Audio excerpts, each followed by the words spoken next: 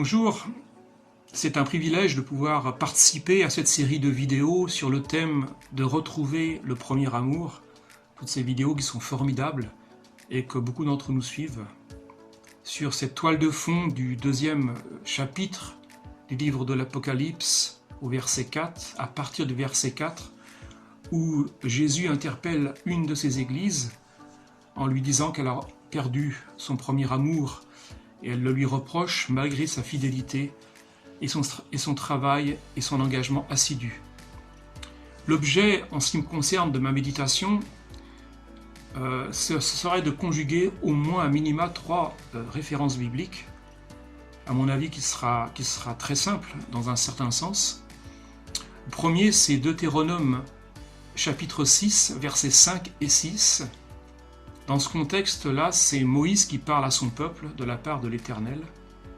Et il dit ceci: « Tu aimeras l'Éternel ton Dieu de tout ton cœur, de toute ton âme et de toute ta force. » Et puis, bien des siècles plus tard, Jésus reprendra beaucoup de passages de la Torah, des livres prophétiques et des livres poétiques, mais ce passage en particulier, il le reprendra au minimum 2 fois dans l'Évangile de Matthieu, au chapitre 22, de versets 37 et 38. En fait, il répond à un responsable religieux qui lui pose des questions, parfois il lui posait des cols quelque part, ce pauvre Jésus. Et Jésus lui répondit: « Tu aimeras le Seigneur ton Dieu de tout ton cœur, de toute ton âme et de toute ta pensée. » Et il dit, c'est le premier et le plus grand commandement. Et puis, bien sûr, dans l'évangile de Luc, on voit cette même répétition, pratiquement mot à mot, cette même réponse à un autre responsable religieux qui lui pose des questions également. Dans Luc 10, 27, chapitre 10, verset 27, il répondit encore une fois: « Tu aimeras le Seigneur ton Dieu de tout ton cœur, de toute ton âme, de toute ta force et de toute ta pensée, et ton prochain comme toi-même. » Et j'aimerais, au travers de cette méditation, mettre peut-être en relation le domaine de nos pensées et le fait de retrouver le premier amour. Comment cela est-il possible? Mettre le domaine des pensées, ce qui peut paraître froid, ce qui peut paraître intellectuel, et retrouver le premier amour. Le premier commandement que souligne Jésus est d'aimer Dieu de tout son cœur, de toute son âme, mais aussi de toute sa pensée. Retrouver le premier amour est peut-être aussi en relation puissante au sein même du creuset de nos pensées. Et j'ai souvent constaté, étrangement d'ailleurs, que le domaine de la pensée était somme toute assez étranger aux chrétiens, et particulièrement les chrétiens évangéliques et charismatiques. Retrouver ou retourner au premier amour, ne serait-ce pas aussi et peut-être de découvrir ou de redécouvrir le domaine du renouvellement de notre intelligence et par conséquent le renouvellement de notre façon de comprendre les choses qui sont en nous et les choses qui sont autour de nous. D'ailleurs, encore une fois, l'apôtre Paul s'adresse aux chrétiens de Rome en son chapitre 12, et bien sûr les autres aussi. Chapitre 12, à partir du verset 2, il les exhorte fortement à ne pas se conformer au siècle présent, mais de vivre un renouvellement de l'intelligence, de leur intelligence, afin de discerner la volonté de Dieu, ce qui est bon, agréable et parfait, nous dit le texte. Et je crois donc que redécouvrir le domaine des pensées et par conséquent son renouvellement procède également de retrouver un premier amour. Nous devons évidemment être vigilants dans le domaine de nos pensées.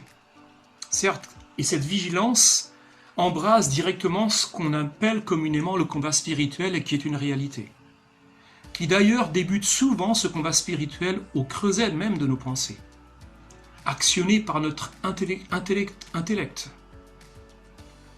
L'apôtre Jacques développe très bien ce sujet avec le processus des tentations, justement. De nos pensées, explique-t-il, jaillit un processus qui peut nous faire échouer sur les redoutables récifs des tentations diverses.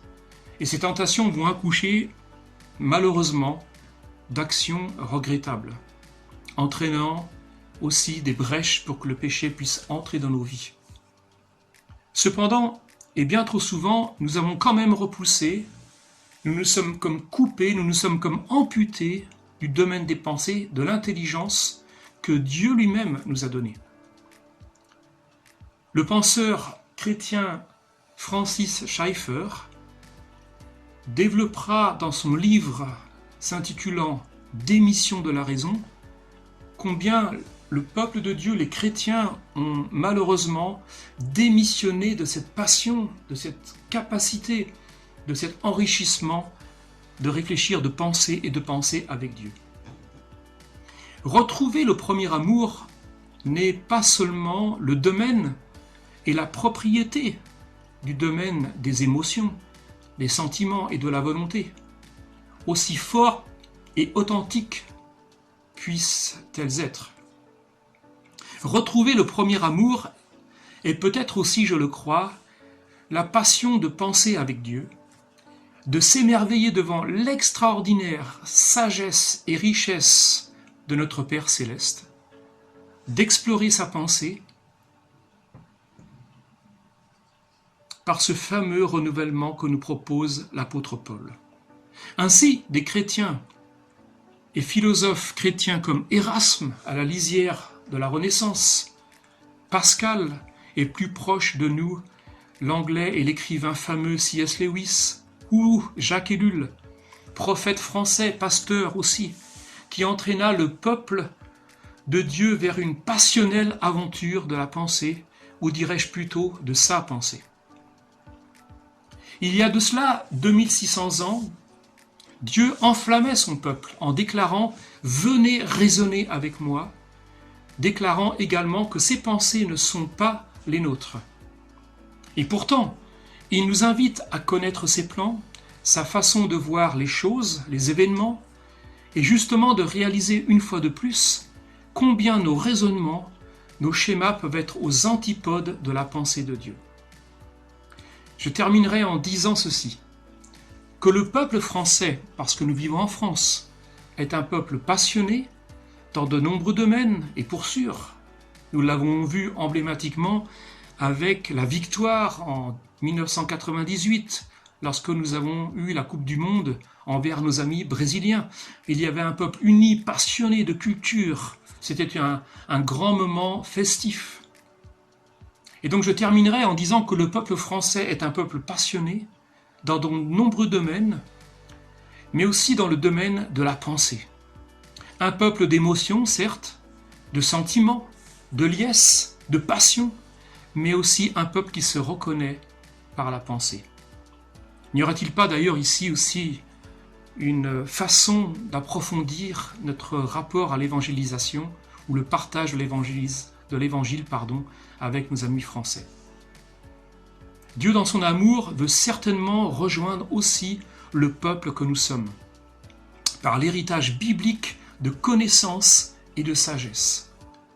36 livres parlant du même Dieu, 40 auteurs parlant sur la même direction. Cet héritage biblique où il y a tant de richesses, tant de principes spirituels, de richesses culturelles, de richesses historiques. Et pour terminer, finalement, si retrouver le premier amour est une question de volonté, de choix, d'émotion et de sentiment, il l'est également afin d'aimer Dieu de toute notre pensée et notre prochain comme nous-mêmes. C'est une coïncidence finalement de retrouver ce premier amour en évoquant le premier commandement que Dieu nous a donné à nous, à son peuple, aux chrétiens et à ceux qui le connaîtront.